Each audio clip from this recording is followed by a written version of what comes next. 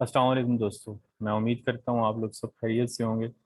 अच्छा, आज की वीडियो के अंदर हम सीखने जा रहे हैं कैसे हम अपने डेस्कटॉप का वॉलपेपर चेंज कर सकते हैं। तो वीडियो शुरू करने से पहले एक रिक्वेस्ट करूंगा कि अगर आप मेरे चैनल पर न्यू हैं तो काइंडली चैनल को सब्सक्राइब कर लें और बेल आइकन को भी अनेबल कर दें ताकि जैसे ही मैं न्यू वीडियो अपलोड करूँ आपको उसका नोटिफिकेशन रिसीव हो जाए।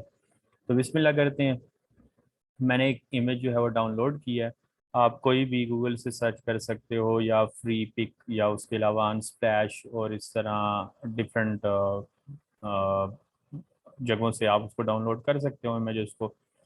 जो भी आपको इमेज बेहतर लगे तो इमेज को ओपन करने के बाद आपने उसके ऊपर राइट क्लिक करना है। राइट क्लिक करने के बाद यहाँ पे आपके पास ऑप्शन आता है सेट एज। सेट एज के अंदर आपके पास ऑप्शन है बैकग्राउंड का, सेट एज बैकग्राउंड।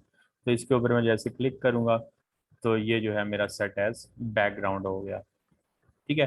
तो इस तरीके से आप कोई भी डेस्कटॉप इमेज ऐड कर सकते हो अपने लैपटॉप पीसी के अंदर। अगर आपने इसको चेंज करना है तो फिर आपने राइट क्लिक करना है और पर्सनलाइज के अंदर जाकर आप इसको यहाँ से चेंज कर सकते हो, डिफ़ॉल्ट पे लेके जा सकते हो, जो पहले से सिलेक्ट थी उसको रख सकते हो।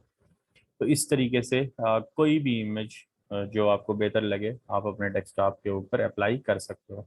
तो उम्मीद है दोस्तों आपको वीडियो पसंद आई होगी। वीडियो अच्छी लगी तो काइंडली लाइक करिएगा, शेयर करिएगा। तक के लिए इतना ही। इंशाल्लाह अगली वीडियो के अंदर मिलते हैं। तब तक के लिए अल्लाह हाफिज़।